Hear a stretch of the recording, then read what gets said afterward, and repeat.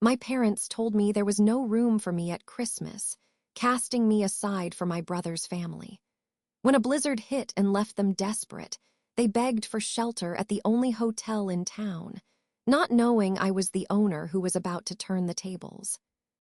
This is where the story truly begins, and you won't want to miss what happens.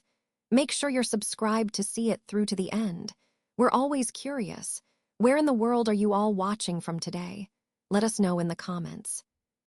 The call came on a Tuesday afternoon in early December.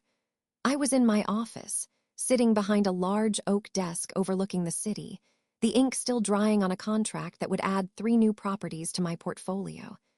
It was the culmination of a year of relentless work, a moment of pure, unadulterated triumph.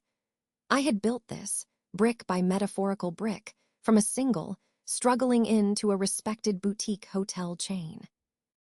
A quiet pride swelled in my chest, a warmth that had nothing to do with the afternoon sun slanting through the floor-to-ceiling windows.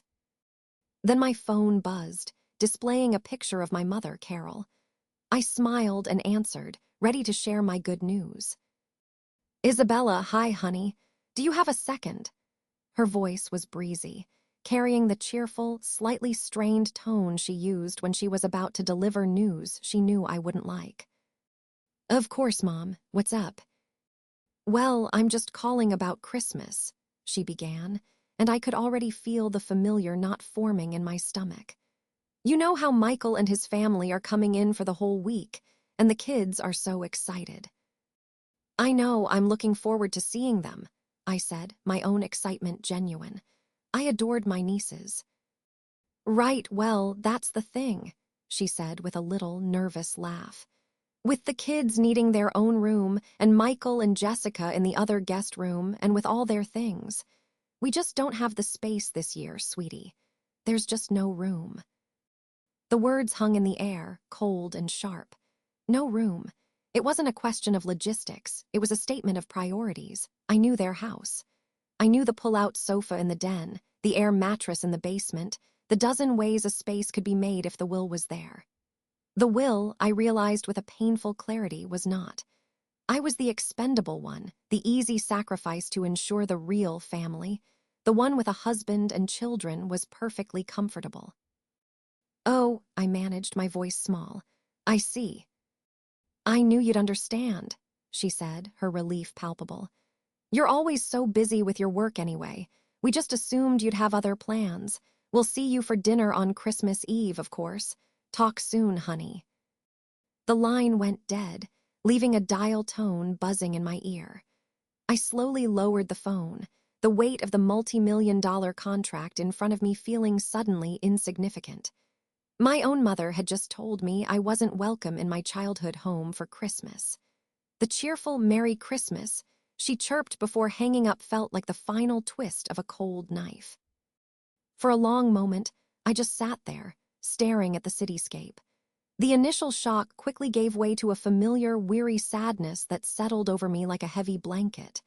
This wasn't a new feeling. It was a dull ache I'd carried for years, a quiet understanding that in the family hierarchy, my place was secondary. I glanced at the framed photo on my desk, a family portrait from a few years back. There we were, Mom, Dad, Michael and his beaming wife, and me, standing slightly off to the side as if I were a late addition to the photo. An afterthought. My brother Michael was the golden child. He had followed the expected path: college, a stable job in marketing, marriage, 2 beautiful children. His life was understandable, conventional. His every minor achievement, a small promotion, a new lawnmower, was a topic of lengthy, proud discussion at family gatherings. My success, on the other hand, was treated like a strange and slightly inconvenient hobby. "Isabella's little hotel project," my mother called it, even after it was featured in a national travel magazine. They didn't understand my ambition, my drive, my choice to pour everything into my career instead of a family, and so they dismissed it. A notification popped up on my computer screen, a weather alert for the region where my parents lived. A major winter storm was developing, predicted to bring heavy snow and gale-force winds right before the holidays. An idea, cold and sharp as an icicle, began to form in my mind. I swiveled in my chair, turning away from the painful memory and toward the source of my strength. On my screen was the sleek, elegant logo of my company, Serenity Hotels. My gaze fell on the name of our flagship location, the Serenity Grand, the five-star jewel of my hometown, the one I had poured my heart and soul into, transforming a historic building into the most luxurious destination in the city. A place with plenty of rooms, a place I owned. A slow smile touched my lips, devoid of warmth. They had made their choice based on their limited space, but they had forgotten one crucial thing. They forgot that I build my own rooms now. My path to success had been a lonely one. I'd started with a small inheritance from my grandmother and a loan that the bank had been reluctant to approve for a 24-year-old woman with no experience. The early years were a blur of 80-hour work weeks, ramen noodle dinners, and sleeping on a cot in the back office of my very first inn. I'd missed birthdays, holidays, and family vacations, not out of a lack of love, but out of a desperate need to keep my dream alive. Each time I had to decline an invitation, I could hear the disappointment in my mother's voice, which slowly curdled into disapproval. "Michael is making time for family, Isabella. You should try it sometime," she'd say, conveniently ignoring that Michael's 9-to-5 job allowed for weekends off, while I was simultaneously the manager, receptionist, and head of housekeeping. I remembered one Thanksgiving dinner vividly. I had just secured the funding for my third hotel, a major milestone. I was bursting with pride, eager to share the news. But when I brought it up, my mother just smiled thinly and said, "That's nice, dear." Then she turned to my brother and spent the next 20 minutes praising him for coaching my nephew's soccer team to a second-place finish in the local league. My father, Richard, just nodded along, murmuring, "That's my boy," while patting Michael on the back. I felt invisible, my monumental achievement shrinking into nothingness under the weight of their indifference. My mother, Carol, was the architect of our family's dynamic. She was a woman who valued appearances above all else.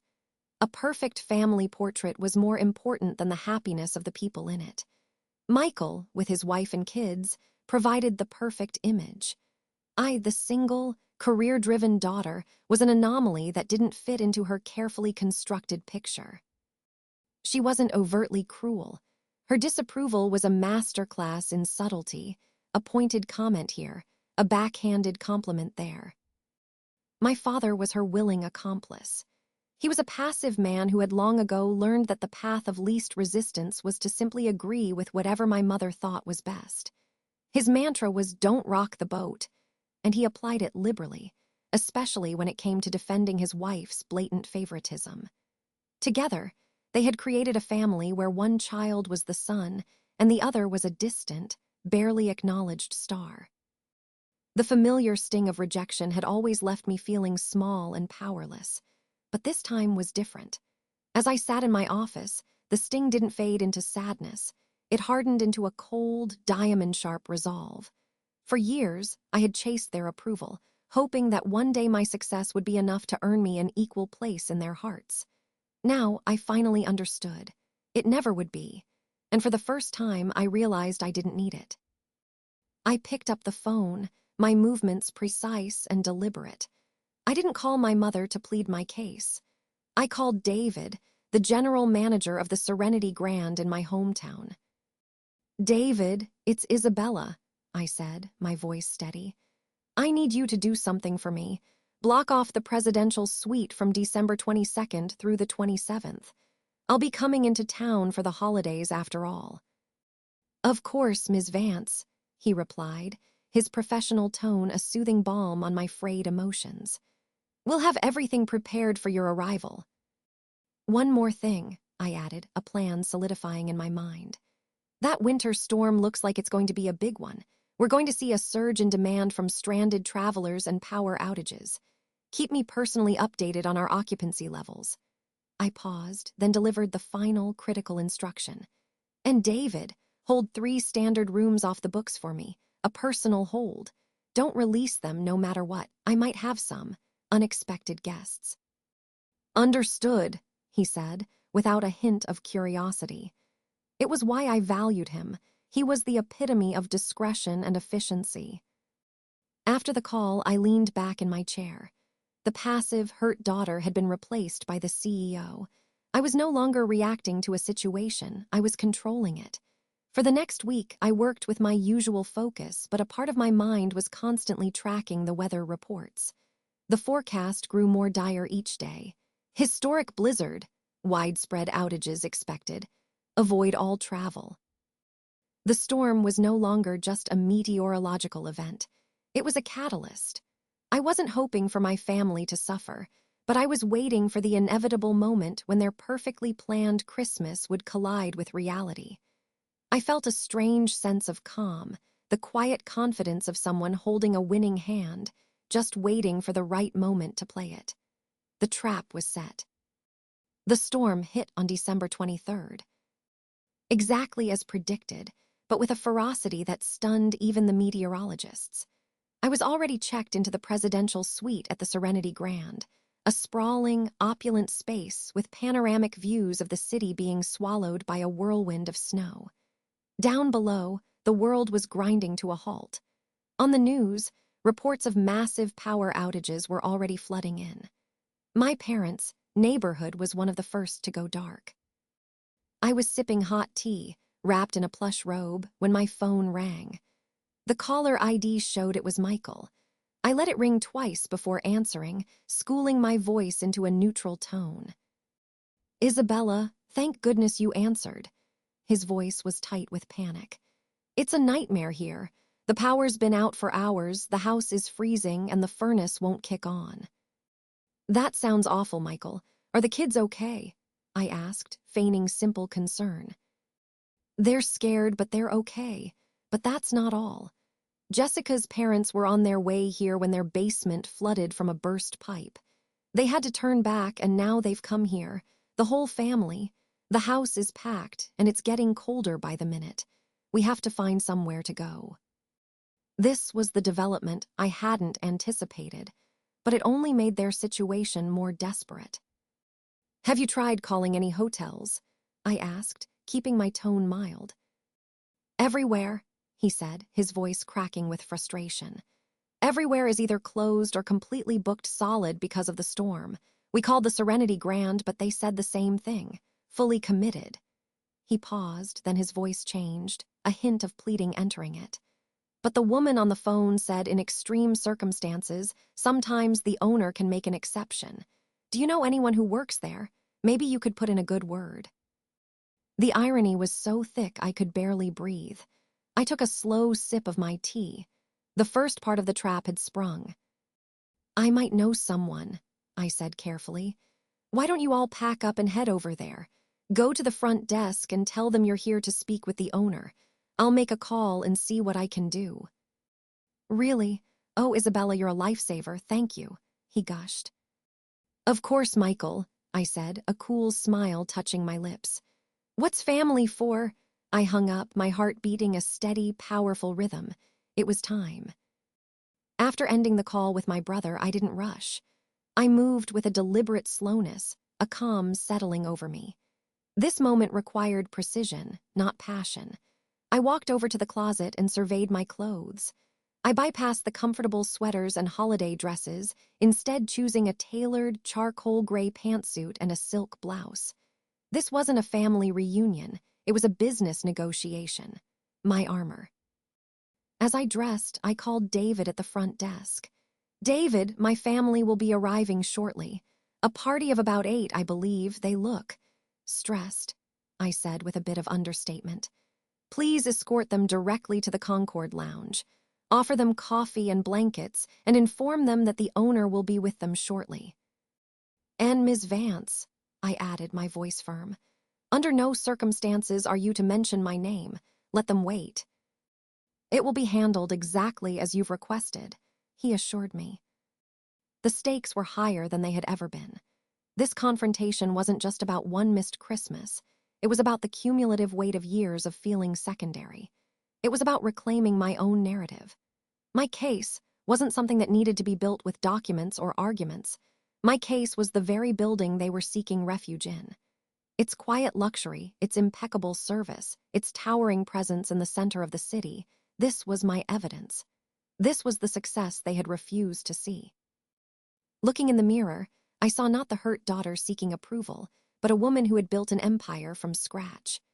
A woman who had learned to rely on herself because she'd been taught, time and again, that she couldn't rely on anyone else. There was a flicker of nerves beneath the surface, a tremor of the old wound. But on top was a layer of resolve, cool and unyielding. They had come to my territory, seeking my help on my terms. The power, for the first time in my life, was entirely mine. I took one last deep breath, smoothed the front of my jacket, and walked toward the door. The jury was waiting. The Concord Lounge was an oasis of warmth and tranquility, with a crackling fireplace and soft jazz playing in the background. My family, huddled together on a velvet couch, looked wildly out of place.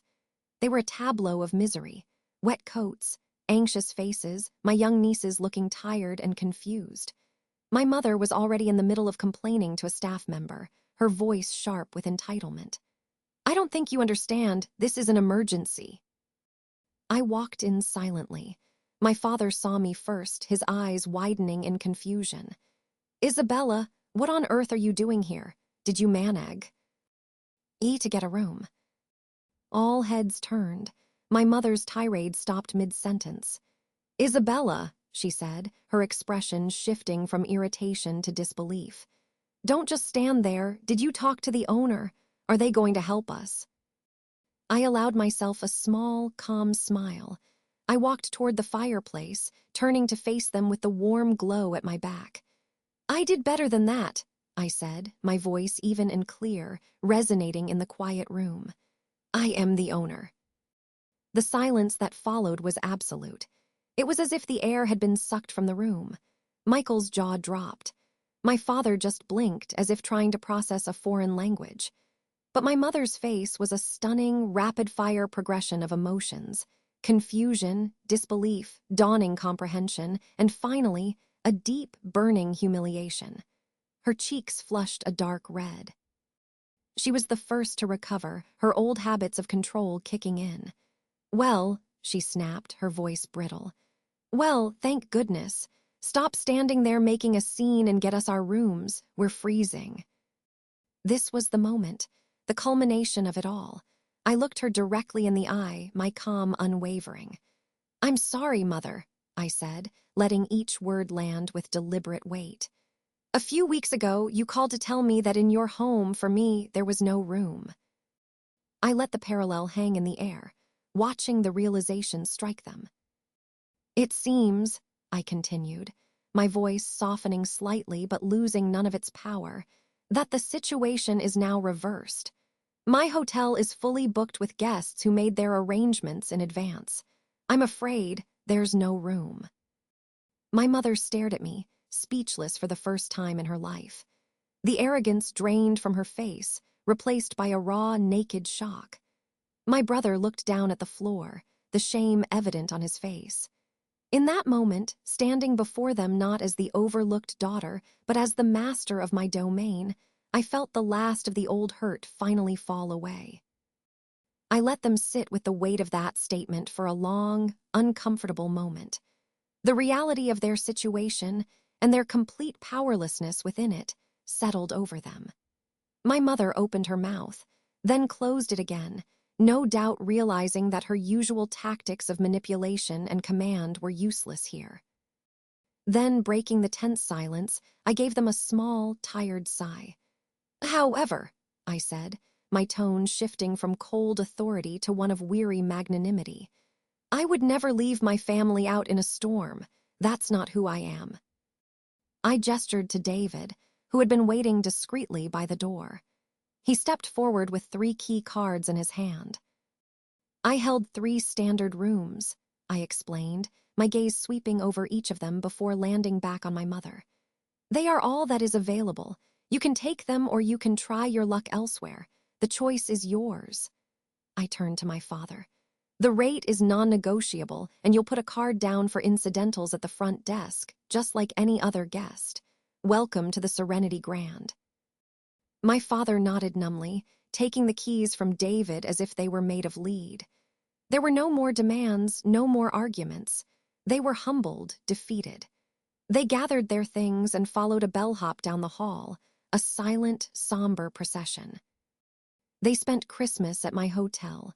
It was the quietest holiday I could ever remember. They were witnesses to the empire I had built, the one they had never bothered to ask about. They saw the respect my staff treated me with, the quiet efficiency of my operation, the tangible proof of my success all around them. Over the next 2 days, my father and brother each approached me separately with clumsy, heartfelt apologies. My mother did not. But on Christmas morning, she left a small, unsigned note outside my suite that simply said, "Your hotel is beautiful." It was the closest she would ever get to admitting she was wrong, and for now, it was enough. The dynamic between us was not magically fixed, but it was irrevocably altered. A new foundation had been laid, one built on my terms with clear and solid boundaries. As I stood in my suite that morning, watching the snow-covered city begin to glow under the rising sun, I felt a profound sense of peace. I hadn't just weathered the storm, I had become the shelter. And I knew, with absolute certainty, that I would never again have to worry about whether there was room for me. I had built my own.